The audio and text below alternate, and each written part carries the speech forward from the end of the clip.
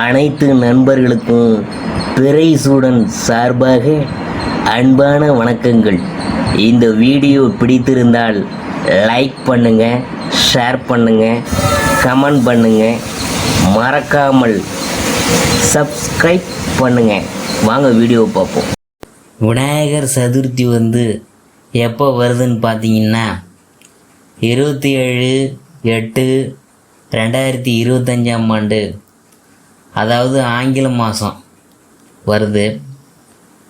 தமிழ் மாதம் பார்த்திங்கன்னா ஆவணி 11 வருது, புதன்கிழமை.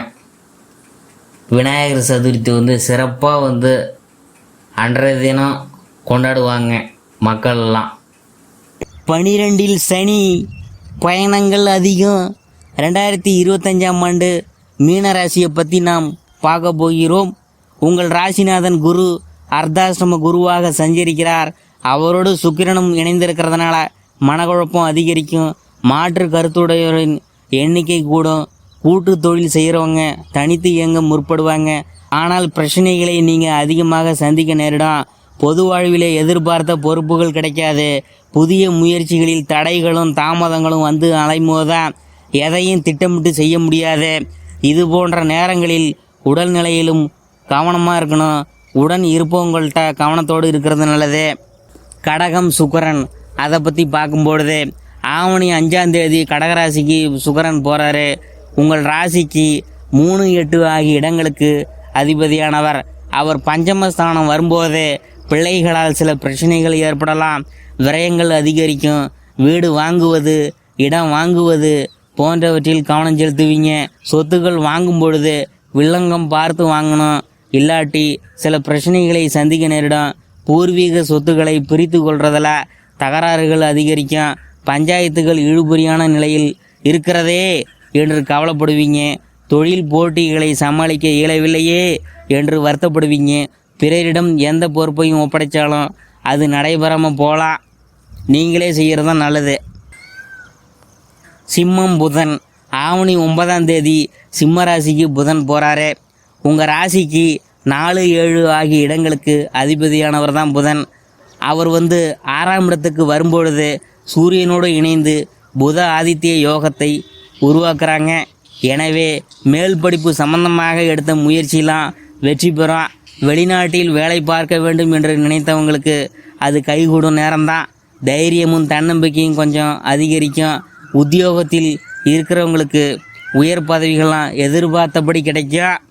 அடுத்தது உச்சம் பெற்ற புதன், ஆவணி 26 கன்னி ராசிக்கு செல்லும் புதன் அங்கு உச்சம் பெறுகிறார். 7க்கு அதிபதி 7இல் உச்சம் பெறுவது யோகம்தான். வாழ்வில் வளர்ச்சி கூட. வாங்கும் சம்பளம் போதவில்லையே என்று கவலைப்பட்டவங்களுக்கு இப்பொழுது அது உயரும். வெளிநாடு சம்பந்தமாக எடுத்த முயற்சியில் ஆதாயமும் அனுகூலமும் உண்டு. விலகி போன சொந்தங்கள் விரும்பி சேருவாங்க. வீடு மாற்றம் பற்றிய சிந்தனை அதிகரிக்கும். வாழ்க்கை துணைக்கு வேலை இல்லையே என்று நினைத்து கொண்டு கவலைப்பட்டவங்களுக்கு இப்பொழுது வேலை கிடைத்து உதிரி வருமானங்களும் உண்டு. இல்லத்தில் சுபகாரிய நடைபெறதில் இருந்த தாமதங்கள்லாம் அகலப்போகுது. அடுத்தது துலாம் செவ்வாய், ஆவணி 29 துலா ராசிக்கு செவ்வாய் போகிறாரு. உங்கள் ராசிக்கு 2, 9 ஆகிய இடங்களுக்கு அதிபதியானவர் தான் செவ்வாய். அவர் அஷ்டமத்துக்கு வரும்பொழுது தன் வீட்டை தானே பார்க்கறதுனால 2ஆம் இடம் புனிதமடையுது. கொடுத்த வாக்கை காப்பாற்றுவீங்க. கொள்கை பிடிப்போடு செயல்படுவீங்க. பண தேவை எளிதில் பூர்த்தியாகும். பக்கபலமாக இருக்கிறவங்க உங்கள் சிக்கல்கள் தீர வழியமைத்து கொடுப்பாங்க.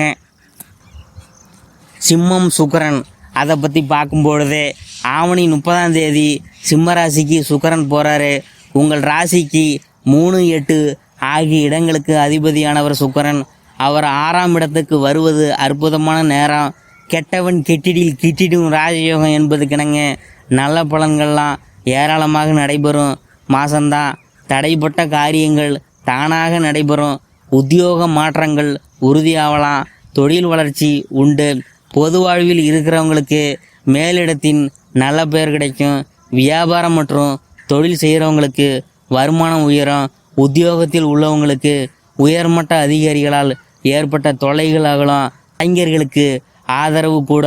மாணவ மாணவிகளுக்கு சாதனைகளை நிகழ்த்தும் நேரம் இது.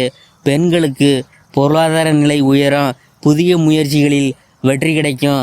இந்த மாதம் திருமால் திருமகள் வழிபாடு செய்வது செல்வநிலையை உயர்த்தா. பண தேவையை பூர்த்தி செய்யும் நாட்கள் ஆகஸ்ட் 19, 20, 29, 30, 31, செப்டம்பர் 1, 5, 6, 11, 12. மகிழ்ச்சி தரும் வண்ணம்